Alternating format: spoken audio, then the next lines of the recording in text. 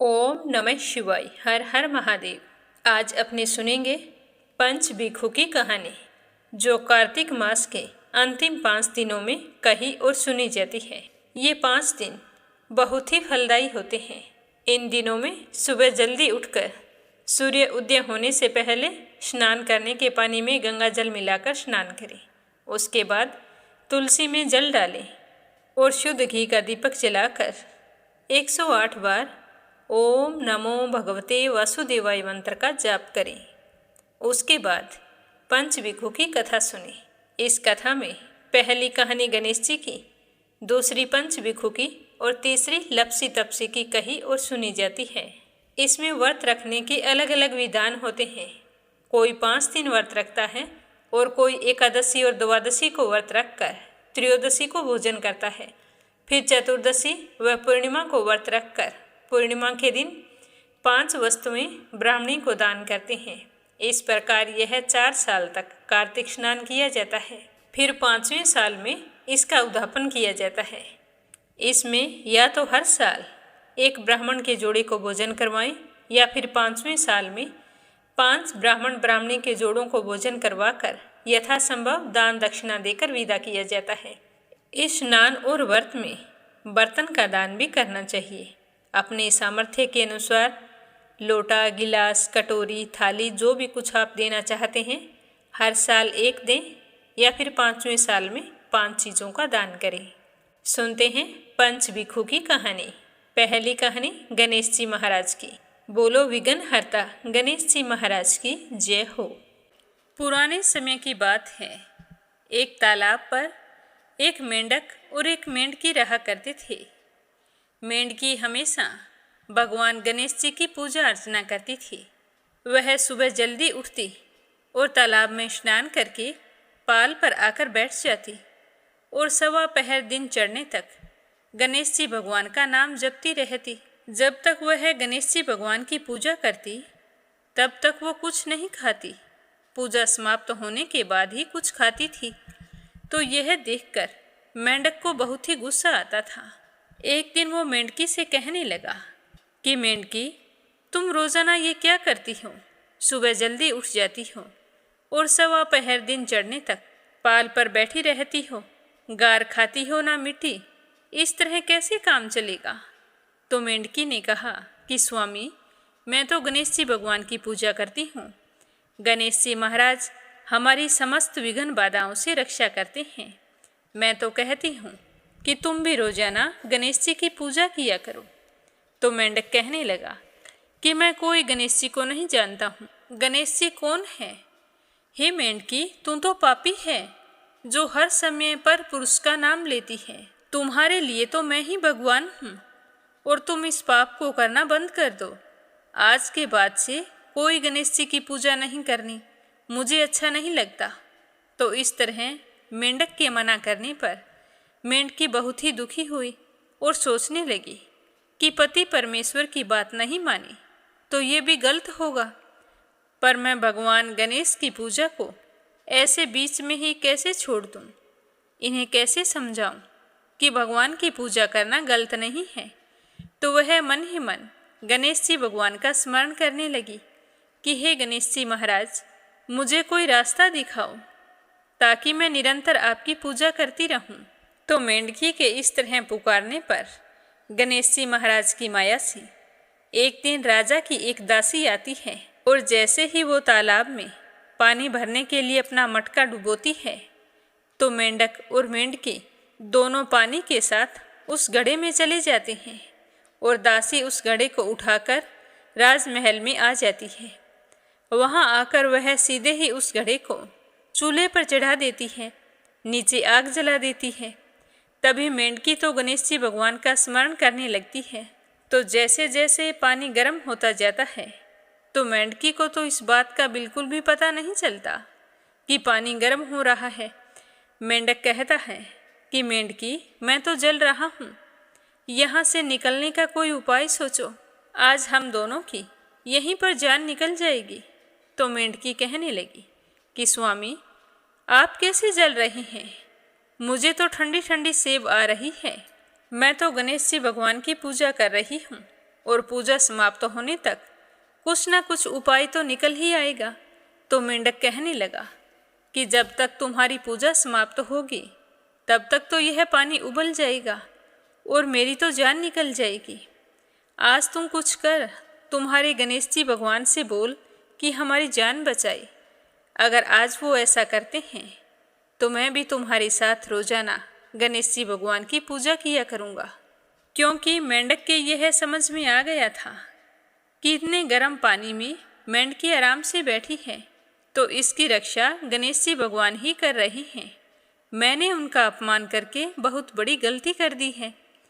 तो अपने स्वामी को इस तरह पानी में जलता हुआ देखकर मेंढकी गणेश जी भगवान को याद करती है और कहती है कि हे गणेश जी भगवान, आज तक मैंने आपकी पूजा की है, उसका फल मुझे यही दो कि आज मेरे पति की जान बचाओ।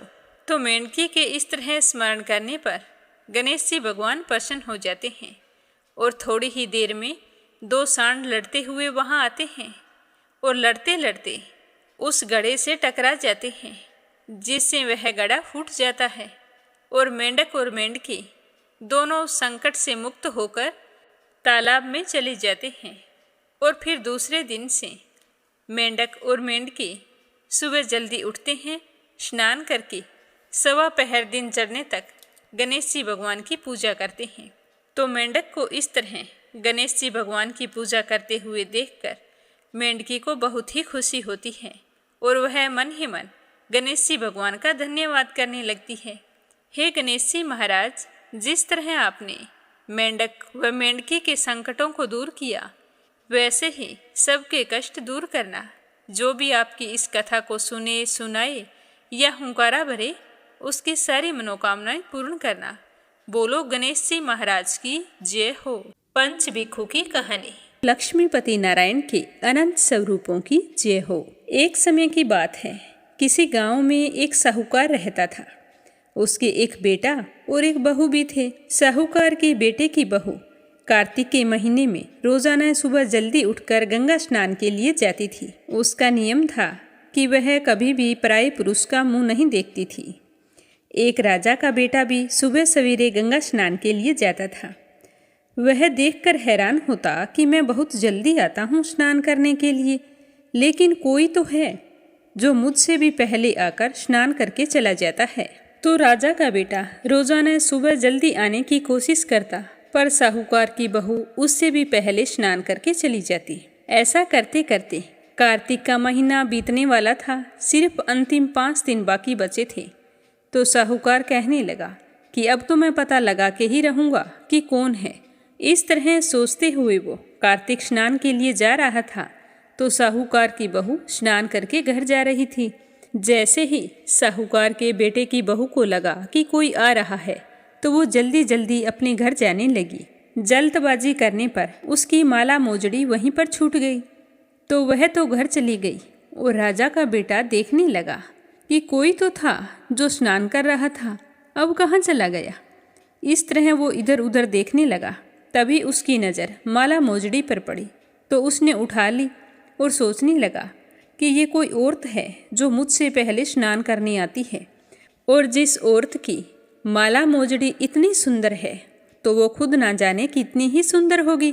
तो उसने पूरे गांव में मुनादी करवा दी कि जिसकी माला मोजड़ी है वह 5 रात मेरे पास आएगी। अब राजा के बेटे का हुक्म था तो कोई टाल भी नहीं सकते थे और ना ही विरोध कर सकते थे। तो सामने से साहूकार के बेटे की बहू ने कहला दिया कि मैं 5 रात तो आऊँगी, लेकिन किसी को साख भरने के लिए बैठा देना। तो यह सुनकर राजा के बेटे ने एक तोते को पिंजरे में बंद करके गंगा किनारे पेड़ पर टांग दिया।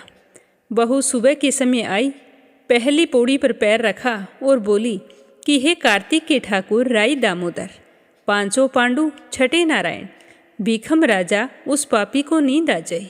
तो उसके इतना कहते ही राजा के बेटे को नींद आ गई। बहू सुबह नहा धोकर चलने लगी तो तोते से कहने लगी कि सुआ सुआ तेरे गल डालूं हीरा, मेरा साख भरियो बीरा।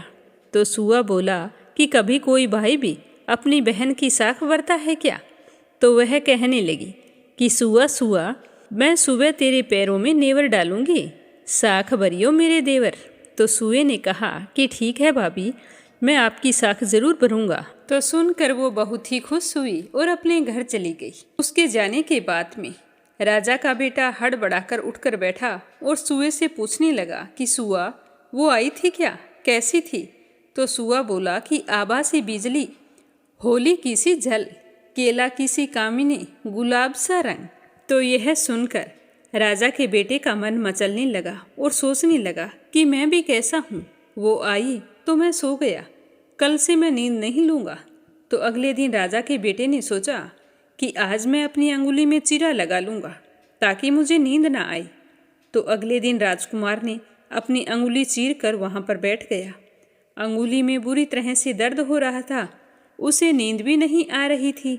और उधर जैसे ही सुबह होने वाली थी तो मुंह अंधेरे साहूकार के बेटे की बहू आई और भगवान से उसी तरह प्रार्थना करने लगी, कहने लगी कि हे कार्तिक के ठाकुर राय दामोदर, पांचों पांडु, छठे नारायण, भीखम राजा, उस पापी को नींद आ जाए। तो राजा के बेटे को नींद आ गई और साहूकार के बेटे की बहू ने स्नान किया और जाते समय तोते के पास आई और कहने लगी कि सुआ सुआ, तुम मेरी साख भरियो, मैं तुम्हारे पैरों में नेवर डालूंगी। तो सुए ने कहा कि ठीक है भाभी। तो यह सुनकर वो घर चली गई और उसके जाते ही राजा का बेटा नींद से जाग कर बैठ गया। तो उसने तोते से पूछा कि सुआ सुआ, वो आई थी क्या? तो सुए ने कहा कि हाँ आई थी। तो राजकुमार सोचने लगा कि मुझे क्या हो गया है कि जब वो आती है तो मुझे नींद आ जाती है। आज मैं बिना बिस्तरे के बैठूंगा और सारी रात बैठे बैठे बिताऊंगा। तो इस तरह तीसरे दिन साहूकार के बेटे की बहू स्नान करने आई तो उसने फिर भगवान से प्रार्थना की और राजकुमार को नींद आ गई। जब वह नहाकर जाने लगी तो आंख बंद करके चली गई। राजकुमार जब उठा तो वह जा चुकी थी। तो राजकुमार फिर से सोच में पड़ गया। वह सोचने लगा कि आज मैं अंगीठी जलाकर बैठूंगा जिससे मुझे नींद ना आए। तो फिर वह रात को अंगीठी रख कर वहाँ पर बैठ गया। साहूकार की बहू आई और वह भगवान से प्रार्थना करने लगी कि भगवान, आपने 3 रातें तो निकाल दी, अब चौथे दिन भी मेरी रक्षा करना। तो साहूकार के बेटे को नींद आ गई और साहूकार की बहू स्नान करके चली गई। तो आंख खुलते ही उसने देखा कि सुबह हो चुकी थी और वहाँ पर कोई नहीं था। तो वह सोचने लगा कि आज की रात मैं बिल्कुल नहीं सोऊंगा, आज मैं अपनी आंखों में मिर्ची डालकर बैठूंगा ताकि मुझे नींद ना आए।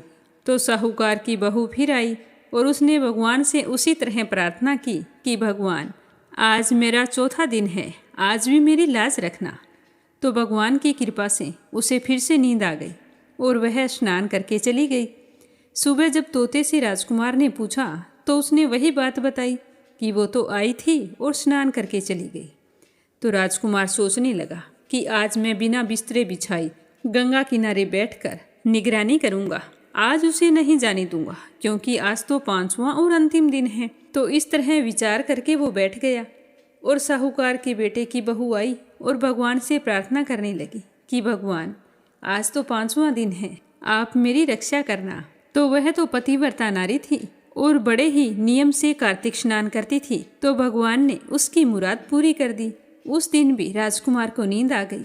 जब वो स्नान करने के लिए आई और स्नान करके वापस जाने लगी तो उसने अपनी आंखें बंद कर ली और तोते के पास आकर कहने लगी कि सुआ सुआ, इस पापी को कह देना कि 500 रातें पूरी हो चुकी है, अब वह मेरे मोतियों की माला मेरे घर भिजवा दे। तो सुबह राजकुमार की आंख खुली तो उसने तोते से पूछा कि वह आई थी क्या? तो तोते ने कहा कि हाँ वो आई थी और तुम्हारे लिए एक संदेशा है। उसने कहा है कि 5 रात पूरी हो चुकी है, अब मेरी माला भिजवा देना। तो यह सुनकर राजकुमार सोचने लगा कि वह तो सच्ची थी, तभी तो भगवान ने उसका सत रखा। फिर राजकुमार भी अपने घर चला गया। कुछ समय के बाद में राजकुमार को कोढ़ हो गया और कोढ़ की वजह से राजकुमार का शरीर बुरी तरह से जलने लगा। वह बुरी तरह से चीखता चिल्लाता। तो राजा से उसकी हालत देखी नहीं जाती। राजकुमार के एक ही बेटा था। जब भी किसी वैद्य को बुलाते और उसका इलाज करवाने की कोशिश करते तो रोग उतना ही ज़्यादा बढ़ जाता। तो यह देखकर वैद्य ने कहा कि राजन, इसकी बीमारी हमारी समझ में नहीं आ रही है, आप किसी अच्छे विद्वान पंडित से पूछिए। तो राजा ने विद्वान पंडितों को बुलाकर पूछा कि मेरे बेटे का शरीर क्यों जल रहा है। जैसे ही मैं इसके इलाज करवाने की कोशिश करता हूँ तो और ज़्यादा जलने लगता है। बताओ इसका क्या कारण है। तो पंडितों ने देखकर बताया कि आपके बेटे ने पतिव्रता नारी पर बुरी नज़र डाली थी, उसकी वजह से इसकी यह हालत हो गई है और इस रोग से यह पीड़ित हुआ है। तो राजा ने कहा कि आप जब इसका कारण जानते हैं तो निवारण भी जानते होंगे, कृपया करके मेरे बेटे के ठीक होने का उपाय बताइए। तो पंडितों ने कहा कि अगर यह उस साहूकार की बहू को धर्म की बहन बनाए और रोज़ उसके नहाए हुए जल से स्नान करे तो ही यह ठीक हो सकता है। तो राजा साहूकार की बहू की वह माला लेकर साहूकार के घर गया और बोला कि यह माला आपकी पुत्रवधू की है, इसे मैं लौटाने आया हूँ। आप इस माला को रख लीजिए और मुझ पर एक एहसान कीजिए। आपकी बहू जब स्नान करे तो स्नान किए हुए पानी से मेरे बेटे को नहला दे। तो साहूकार कहने लगा कि मेरी बहू किसी पराई पुरुष का मुंह नहीं देखती है और तुम नहलाने की बात कर रहे हो। तो राजा ने सारी बात साहूकार को बताई कि मेरे बेटे ने किस तरह आपकी बहू पर बुरी नज़र डाली थी और उसकी वजह से आज वो कोढ़ रोग से पीड़ित हो गया है और तिल तिल करके मर रहा है। यही उपाय है जिसकी वजह से मेरा बेटा बच सकता है। अगर आप यह कर सकें तो आपका बड़ा उपकार होगा। इस तरह से राजा दीन विनती करने लगा। तो साहूकार कहने लगा कि आपके बेटे को स्नान घर के आगे नाली पर बैठा देना। जब मेरी बहू स्नान करेगी तो नीचे उस नाली के पानी से आपका बेटा स्नान कर लेगा। तो राजा को बहुत अजीब लगा, पर क्या हो सकता था, राजकुमार ने काम ही ऐसा किया था तो सजा तो उसे मिलनी थी। जैसा साहूकार ने कहा था वैसा ही राजा ने किया। स्नान घर के आगे नाली के ऊपर अपने बेटे को बिठा दिया। जैसे ऊपर स्नान घर में साहूकार के बेटे की बहू स्नान करती तो वह पानी राजकुमार के ऊपर आकर गिरता तो उसके सारे पाप नष्ट हो गए और उसका शरीर चंदन सा हो गया। तो उसने ठीक होते ही साहूकार के बेटे की बहू से माफ़ी मांगी और कहा कि आज से तुम मेरी बहन हो और मैं तुम्हारा भाई हूँ। मेरे पिछले सारे अपराध क्षमा करो। आज के बाद से मैं दोबारा ऐसी गलती किसी के साथ नहीं करूँगा। तो इस तरह कार्तिक स्नान करने से भगवान श्री हरि ने साहूकार के पुत्र वधू की रक्षा की। हे पंचदेवता, जैसे आपने साहूकार के बेटे की बहू का सत रखा वैसा सभी का रखना। जो भी पतिव्रता नारी कार्तिक स्नान करे और पति धर्म के नियमों का अच्छे से पालन करे, उसके सुहाग और सौभाग्य की हमेशा रक्षा करना। जय हो पंचदेवता की। बोलो लपसी तपसी की जय हो। बहुत पुराने समय की बात है। एक गांव में एक ब्राह्मण परिवार रहा करता था। उसमें पति पत्नी के अलावा उनके 2 बच्चे थे। एक बेटा था, एक बेटी थी। ब्राह्मण दंपति बहुत ही सरल स्वभाव के थे। समय मिलने पर प्रभु का स्मरण किया करते थे। उनकी बेटी बहुत ही संस्कारी और सुशील थी, लेकिन उनका बेटा आवारा किस्म का था। वह कोई काम धाम नहीं करता और ना ही कभी अपने माँ बाप का कहना मानता था। समय के साथ दोनों बहन भाई बड़े हो गए। बहन की शादी कर दी गई, पर भाई का वही हाल था। उसके माँ बाप ने उसे समझाया कि बेटा, अब हम वृद्ध हो चले हैं, तुम कोई काम किया करो। लेकिन उस पर उनकी बातों का कोई असर नहीं होता था। तो एक दिन ब्राह्मणी अपने पति से कहने लगी कि स्वामी, आप बिल्कुल काम छोड़ दीजिए। जब घर में कुछ भी नहीं होगा तो यह अपनी जिम्मेदारी समझेगा और काम पर लग जाएगा। तो ब्राह्मण ने दूसरे दिन से काम पर जाना छोड़ दिया। तो यह देखकर उनके बेटे ने कोई काम नहीं किया और चोरी करने चला गया। आते जाते राहगीरों को लूट लेता और उसी से अपने घर का गुजारा किया करता था। तो उसकी लूटने और चोरी करने की आदत से सारे गांव वाले उसे लपसी कहने लगे।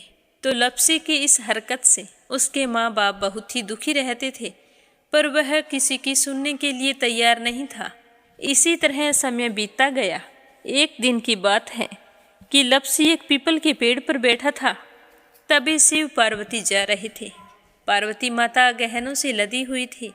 तो लपसी उन्हें देखकर सोचने लगा कि सूरत के कितने गहने हैं, आज ये सारे के सारे लूट लूँगा तो मुझे कई महीनों तक चोरी नहीं करनी पड़ेगी। तो वह लूटने के इरादे से पीपल की ओट में होकर बैठ गया। जैसे ही शिव पार्वती वहां से जाने लगे तो लपसी एकदम से शिव पार्वती के सामने आकर कहने लगा कि जल्दी से जितने सारे गहने पहन रखे हैं उतार दो। तो पार्वती माता कहने लगी कि तुम चोरी क्यों करती हो, तुम्हें पता है चोरी करना पाप है। तो लपसी कहने लगा कि क्या करूं, घर पर मेरे माँ बाप हैं, मेरी एक भांजी है, उनके लिए दोनों समय भोजन की व्यवस्था कहाँ से करूं, मुझे कोई काम तो आता नहीं है। तो लपसी की बात सुनकर पार्वती माता कहने लगी कि तुम जो चोरी करके पाप करते हो, इस पाप का भागी कौन बनेगा। तो लपसी कहने लगा कि मेरे घर वाले सारे बनेंगे। तो पार्वती माता कहने लगी कि कोई नहीं बनेगा, पाप के भागी केवल तुम बनोगे। तो लपसी कहने लगा कि मैं लूट खोस कर उन्हीं के लिए लेकर जाता हूँ, तो पाप के भागी तो उन्हें बनना ही पड़ेगा। तो लपसी की बात सुनकर पार्वती माता ने हंसकर कहा कि हम यहीं पर बैठे हैं और तुम अपने घर जाओ, अपने घर वालों से पूछो कि कोई तुम्हारे पाप का भागी बनेगा क्या। तो यह सुनकर लपसी भागा भागा अपने घर आया और अपनी माँ के पास गया और कहने लगा कि माँ, मैं चोरी करके लाता हूँ, राह चलते राहगीरों को लूटता हूँ, तुम्हारे लिए ही तो करता हूँ। तो तुम मुझे एक बात बताओ, चोरी करने से जो पाप लगता है तो आप मेरे पाप के भागी बनोगे।